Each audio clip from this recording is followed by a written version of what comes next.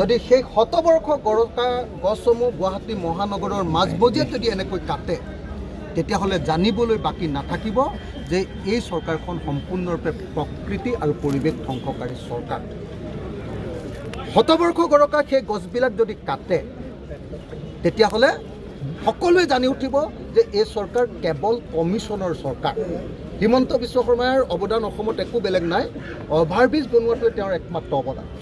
এতিয়া তেওঁ চাৰিওফালে অভাৰব্ৰিজ বনাইছে আৰু 20% কমিশ্যন খাইছে, তাৰ বাহিৰে তেওঁ বেলেগ কাম নাই।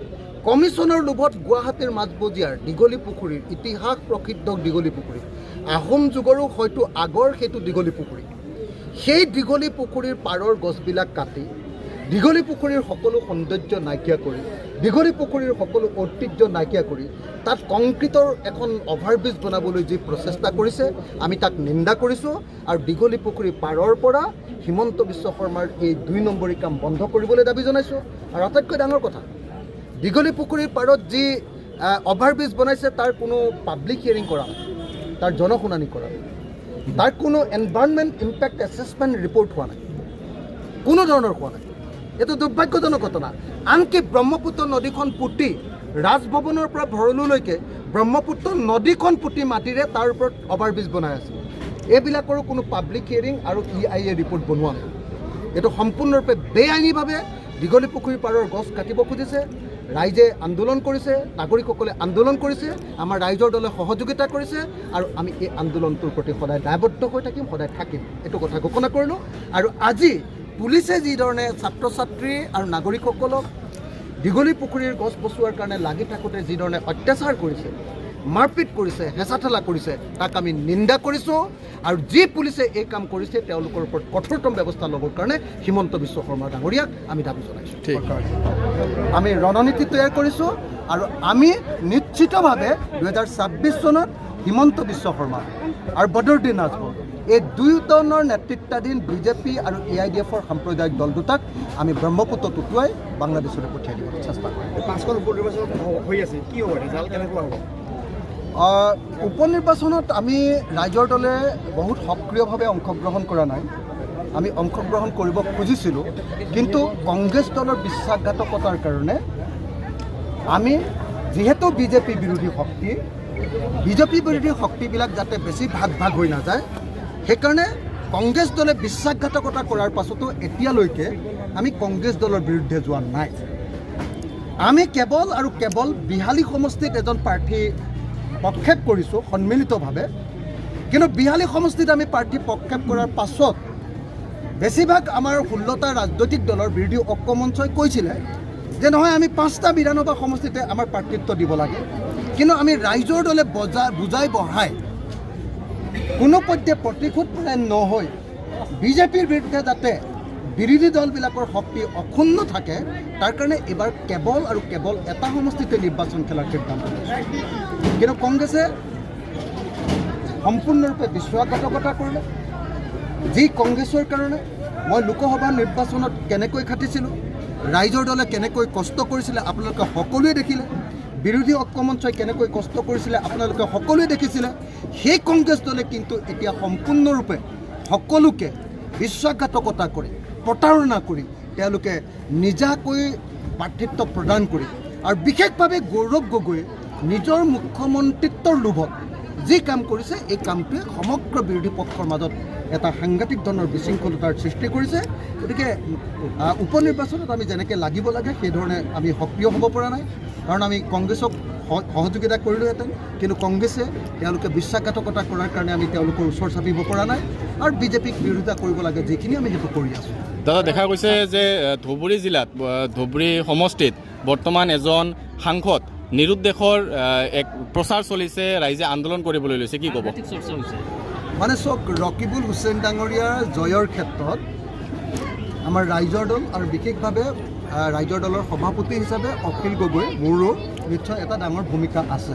আপোনালোকে সকলোৱে জানে ৰকিবুল হুছেইন ডাঙৰীয়াৰ বিৰুদ্ধে যেতিয়া এনেকুৱা ধৰণৰ প্ৰচাৰ ওলায় সেইটো নিশ্চয় ভাল নালাগে। ৰকিবুল হুছেইন ডাঙৰীয়াক যদি নিৰুদ্দেশ বুলি কোনোবাই কয় নিশ্চয় সেই প্ৰচাৰটো ভাল নালাগে। এইকেইদিন যিহেতু চামগুৰি সমষ্টিত নিৰ্বাচন আছে, নিশ্চয় ৰকিবুল হুছেইন ডাঙৰীয়া চামগুৰি বিধানসভা সমষ্টিত ব্যস্ত আছে। মই আশা কৰিম যে ৰকিবুল হুছেইন ডাঙৰীয়াই ধুবুৰী লোকসভা সমষ্টিত ৰাইজক দিয়া যিখিনি প্ৰতিশ্ৰুতি, বিশেষকৈ ইয়াৰ বানপানী আৰু গৰাখহনীয়া সমস্যাৰ স্থায়ী সমাধানৰ প্ৰশ্নটো, ইয়াৰ মানুহৰ মাটিৰ পট্টাৰ প্ৰশ্নটো, ইয়াৰ ধুবুৰীৰ যিটো আমাৰ জুইচলাৰ মেটছ ফেক্টৰী আছিলে, জুইশলা কল, সেই কলটো পুনৰ আৰম্ভ কৰাৰ প্ৰতিশ্ৰুতি ৰকিবুল হুছেইন ডাঙৰীয়াই দিছিলে। আৰু সেই প্ৰতিশ্ৰুতিবিলাক ৰক্ষা কৰিবৰ কাৰণে যদিহে ৰকিবুল হুছেইন ডাঙৰীয়াই কাম নকৰে, নিশ্চয় আমিও তেওঁৰ বিৰুদ্ধে মাত মাতিম। কিন্তু এতিয়াই ৰকিবুল হুছেইন ডাঙৰীয়াৰ বিৰুদ্ধে মাত মাতিবৰ সময় পোৱা নাই। দাদা, এই যে ৰকিবুল হুছেইন ডাঙৰীয়া ধুবুৰীৰ পৰা নিৰুদ্দেশ হ'ল বুলি যিটো কৈছে, সেইটো আচলতে বিজেপিৰ অপপ্ৰচাৰ। এতিয়াই তেনেকুৱা ধৰণৰ কথা ক'বলগীয়া পৰিস্থিতি হোৱা নাই। মই আশা কৰিম যে বিজেপিৰ এই অপপ্ৰচাৰক আপোনালোকৰ ৰাইজে আপুনি কৈছে যে কংগ্ৰেছ বিশ্বাসঘাতক দল, কংগ্ৰেছৰ সাংসদ কংগ্ৰেছ দলে এইবাৰ আমাক বিশ্বাসঘাতকতা কৰিলে আৰু 2021তো তেখেতসকলে আমাক বিশ্বাসঘাতকতা কৰিছে। 2021 চনৰ বিধানসভা নিৰ্বাচনত মই জেইলত আছিলোঁ, কিন্তু আমাৰ ৰাইজৰ দলৰ লগত কংগ্ৰেছ দলৰ বুজাবুজি সম্পূৰ্ণ হৈ গৈছিল।